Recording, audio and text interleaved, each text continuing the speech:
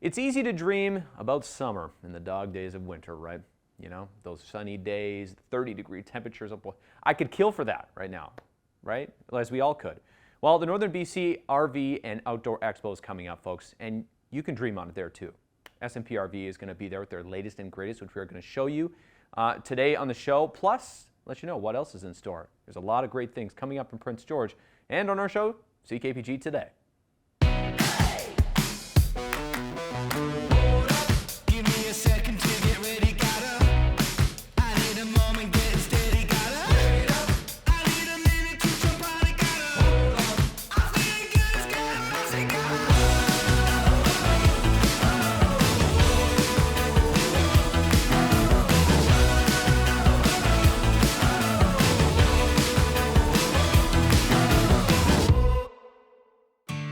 So many things to choose from, so many options.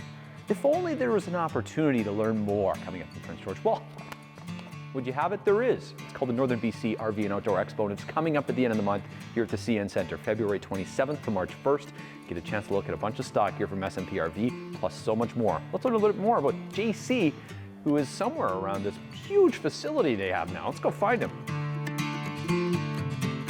Yes, now inside SMP RV, here to talk trailers with the man of the hour, JC. Good to see you. Good to see you. Yeah, thanks for having us here. Of course, the head of the Northern BC RV and Outdoor Expo. This is an exciting time of year for anyone who loves, well, like I say, glamping. Yeah, exactly. Yeah, we're super excited again to bring it back this year. This is our 4th annual, so this year it's February 27th to March 1st. Hours are going to be 10 to 6, and then 10 to 4.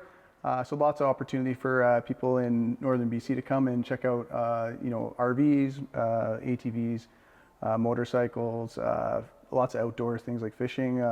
Costco's even going to be there showing a lot of their wares this year. So super exciting. We got like 6 or 7 new vendors this year. So it's going to be a really exciting event. We're saying of all the 4 years, this is probably the best one for the consumer you had yet. Tell me why.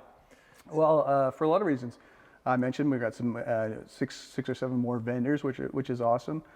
We also, for ourselves, we usually conflict with the other shows in Alberta and also in the Lower Mainland when we do ours. But this year we were able to move it a year later, which we were able to bring in 9 reps of our products.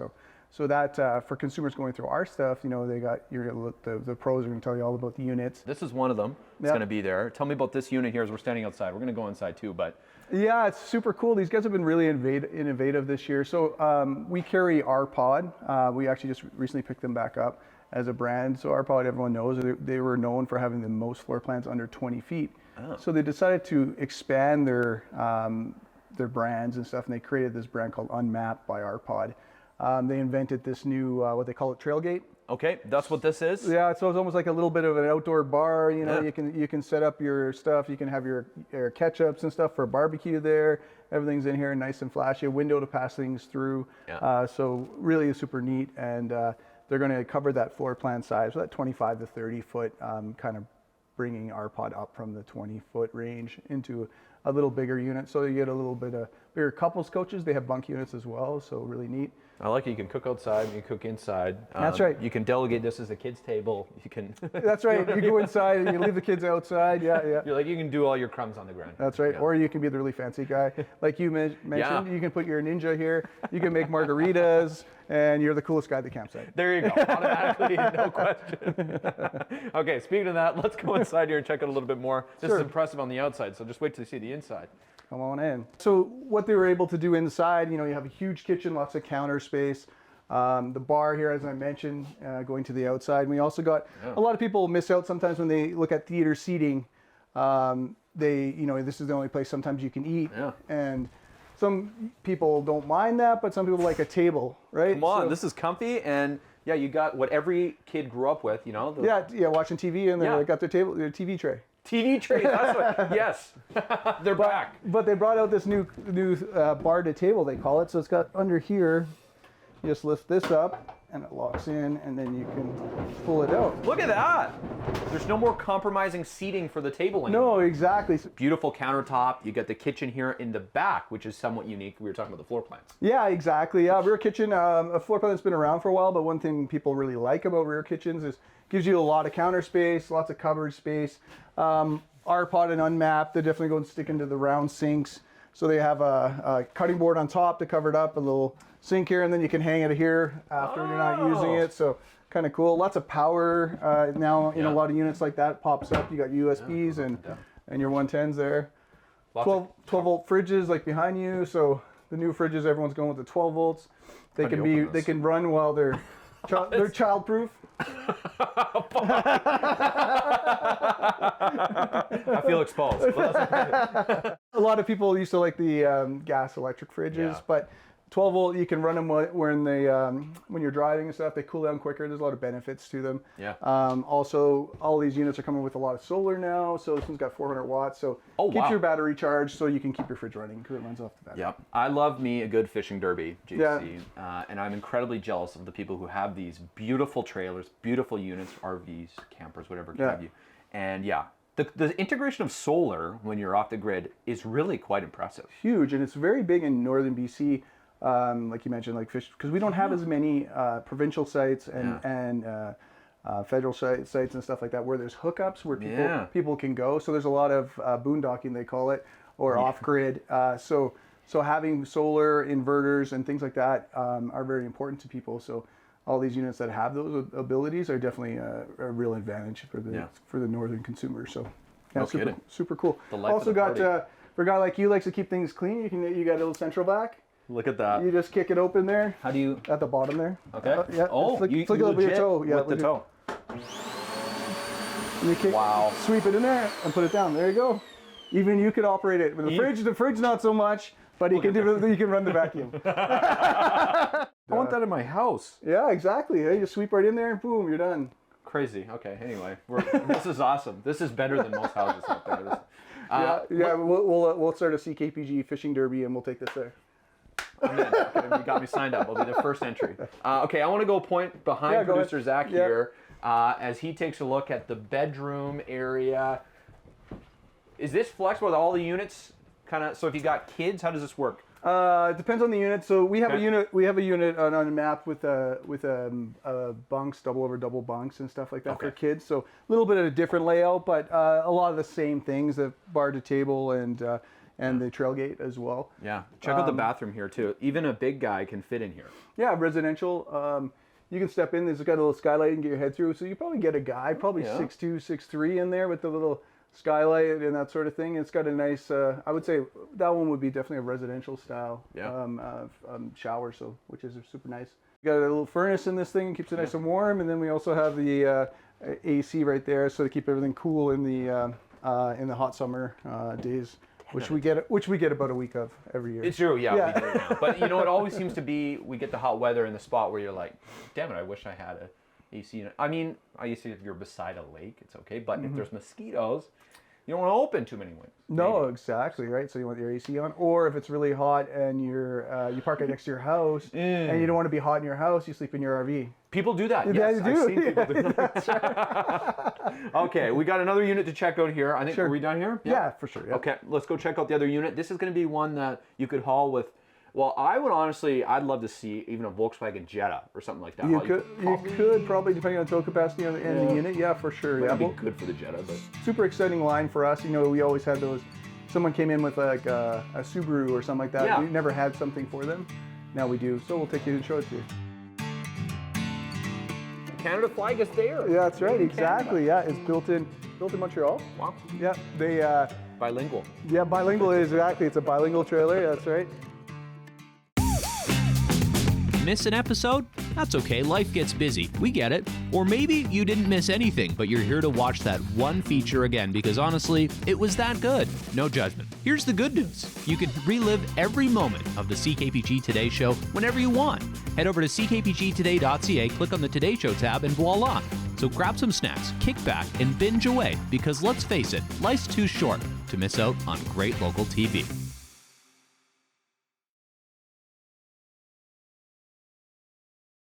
All right, now as we've teased the Pro Light here at SMP RV, this is a cool little unit, JC. Yeah, we picked these up last year, at the end of last year, when as we moved through the summer, actually we started working on it. So with all the tariffs and American rhetoric and all that sort of thing, we were kind of looking for, we know a lot of consumers really want to buy Canadian. We don't have a ton of options of Canadian built RVs currently. But this is one. This is Canada flag is there. Yeah, that's right. Made in Exactly. Canada. Yeah, it's built in Montreal. Wow. Yeah, they.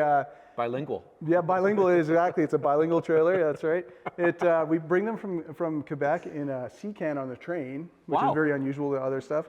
So we put 3 in one sea can and stuff. They are the lightest things you'll find on the market today. This one is actually just over 1,000 pounds dry, which is crazy. Anyone knows who looked at trailers, they don't, that option's not there. So we actually get people coming from the Yukon, coming from all over BC, Alberta, looking at these just because they're hard to find units that light. And so, if you got a Subaru or you got like a smaller, an like SUV. a Tiguan? Yeah, exactly. Okay. Yeah. You got stuff with that 2,500, even 2,000 tow capacity. You have now we have an RV, not just a tent trailer, but you actually have a hardwall trailer that will work for you. So you can stay out of the cool and all that sort of thing. They're kept very light, so they're fairly simple. For example, there's not even an awning on this one to keep the weight down. There's a lot of weight saving things on these. But you can't beat it. It's like you got a nice hardwall trailer, so you don't have to worry about the bears. No, no, you don't have to fight them off. That's right. You got a table, little kitchen, and you got 2 sleeping areas if you need. Yeah. This one doesn't. This is our smallest one. This doesn't have a bathroom, but the next model up does have a bathroom, and there's a few more.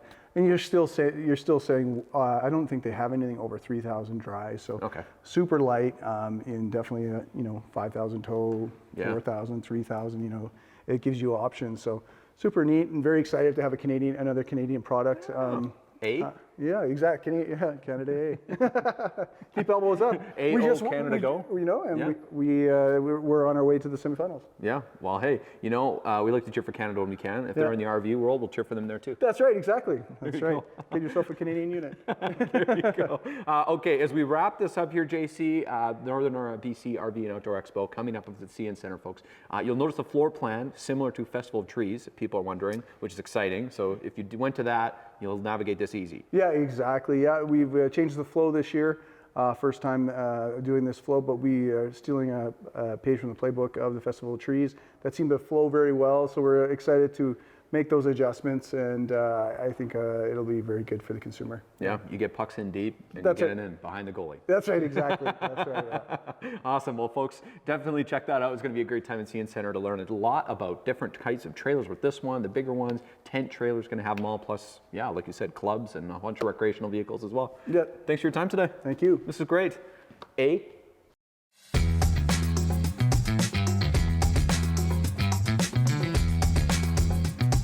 Tired of missing the good stuff? Let CKPG Today come to you. Our new weekly email newsletter delivers local stories, contests, and can't-miss moments from the show straight to your inbox. No digging through social media anymore. It's free, it's easy, and it's very local. Sign up now at ckpgtoday.ca or by scanning the QR code on your screen now.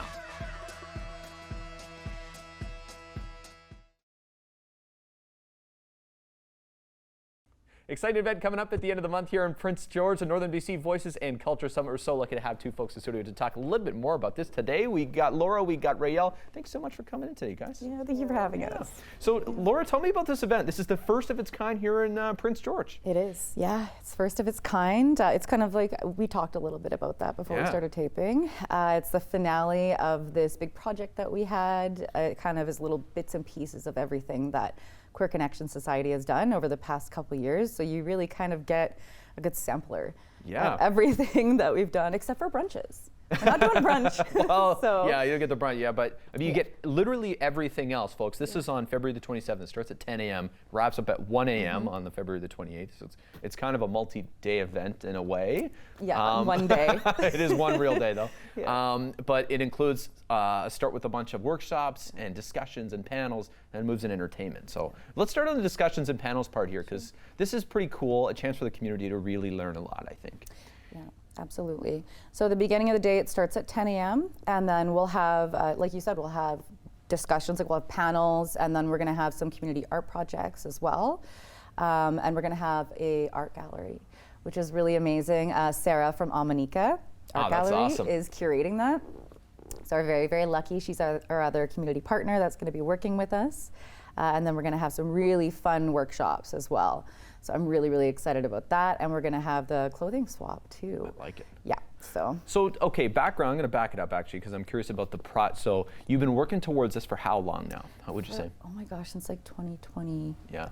My memory is bad. Again, it's the first day back it's from okay. a long weekend. I want to say 2021, but I think it's 2022. Okay. So yeah, it flies Multi-years. fast. Yeah. Wow. And Rael, what do you remember? Like, how cool has it been to see this event come into conception? I guess like it's been a long time coming. Yeah. It has been, well, like months and months of pre-planning Yeah. and just discussions, and then now we're like in the final stages of getting everything set and ready. So it's been quite the project. It's been great though. Well, and I think it's going to be a legacy of success. Like this is the first, and I'm sure it'll go on for many years. At least I think is that the plan? Maybe we'll see. Hopefully. We will Cross our see. fingers. We're actually planning for it to only be the one. Oh, really? Yeah, we're thinking Okay. it's only going to be the one. It's a big project to plan. Fair. And it's a lot of money to put on. It's a lot of people power. Okay. We have a lot of community partners to make this happen. So I think if we were to do this every year, plus the Pride picnic, You would be very tired. we would be tired. We would be so tired. And we also have the Spring Fling was supposed to come up after this. Okay. But we're not doing it this year. Okay, Yeah. doing this instead. Oh yeah, we just don't have the community. We don't have the capacity Yeah. to do that. Of course. Yeah. Okay, well, Rael, don't tell me about the entertainment part here because this is pretty cool. Like we said, few conferences do this, actually none that I know of. Really? To have a workshop portion, panel discussions during the day, and then it turns into essentially a celebration. We got fashion show, we got music, we got entertainment. Tell me a little bit about it. Well, we're going to be starting off with some live music. Yeah. We have Bug Riot opening up for us. And then we're going to be having burlesque and drag performers and variety acts. And then, yeah, our fashion show. It's going to be judged by a panel of people, so I'm excited for that. Me too. And this is called Project Slay. Project Slay is the fashion competition. Did you come up with a name for that? I did not. One of our other organizers, Okay. Denise did, I It was believe. Denise, Yes. Yeah. Shout out Denise because it's a great Yeah, name. no, it's a great It name. is. And the concept behind it really ties into what we're trying to do, so it's pretty cool. So for people wondering, do you have to get tickets to different, so the panel discussion daytime thing and the nighttime thing is a different ticket or is it the same? So you can get one or the other, Okay. or you can get a full day pass. Ah, okay, perfect. So yeah. if you work during the day, then you can come at night. This fashion show here, now how much fun is this going to be? Because I feel like this is like, I don't know, is it the highlight? They're all highlights of the event. I think it's really hard to say. Yeah, which like, what one's is a gonna be It the really is. I highlight. think they're all going to be highlighted in Yeah. their own right. Yeah. So, Yeah. for the fashion show though, it's going to be all sustainable. So, like part of the competition is that you have to spend as little to no money as possible on your Awesome. designs, and it really kind of ties into like the clothing swap and everything is too for materials and just. Yeah, I think it's really cool. It's gonna be really great, and there's a market too. Yes. Oh Did we yeah, say the yeah, market? night market Yeah, as well. yeah. Yeah. Which is great. And then the other thing I was going to ask about the Queer History Project. There's a film as well involved here. Yeah. Tell me about this. I was reading up Yeah. about it. So it's going to be a little sneak peek, Okay. like just a little one, because it's not being released until like the spring, I believe. Yeah. My timeline could be off there, but yeah. So the Queer History Project, there is a film involved, and it's following 3 community members of different generations and Wow.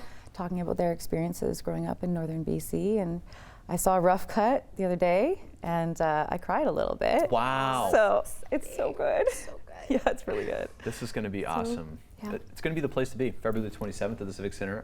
For folks wondering, where do they get their tickets? How does it work? So they can get their tickets on Eventbrite, Okay. and they could, if they follow us on any of our social media if they follow us You got on it out, any yeah. of our social media channels, they can find it there. So Perfect. And all the proceeds, I'm thinking, go back to the Northern BC Queer Connection Society. That you yeah, guys do. if there are If any there are, proceeds, yeah. or they'll probably go back into like the artists who Okay, have yeah. participated, because we really do believe that art should be paid. I think it's really important. Yeah. So if we get any additional funds from promoting it, we'll probably give it back into the arts and culture community. I like it. Well, Yeah. you guys are innovators.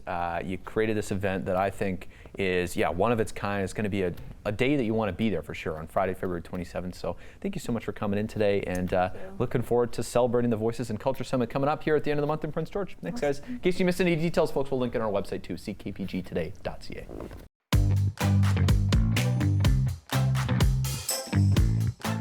It's time to take a look at today's CKPG snapshot of the day from Helena Prince. This is a beautiful sunset in Fort St. James, and yes, you can see here that the lake is kind of frozen. Anyways, I wouldn't wander onto it maybe after the cold snap now you could, but anyways, cool landscape photo here with the beautiful sky as well. Thanks, Helena, for submitting this. Of course, folks, we always look for you and your photos on our snapshot email. That is snapshot@ckpg.com.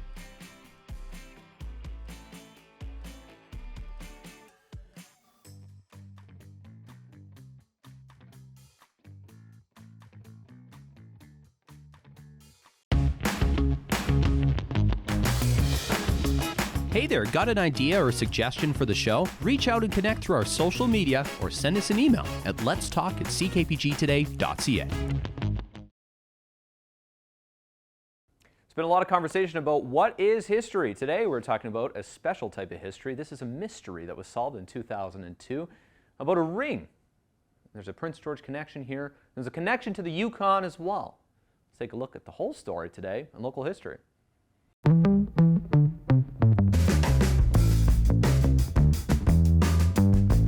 Taking a look back to the year 2002, a 10-year-old Prince George boy being made famous for his unraveling of a cold case and restoration of some family treasures to a Yukon couple.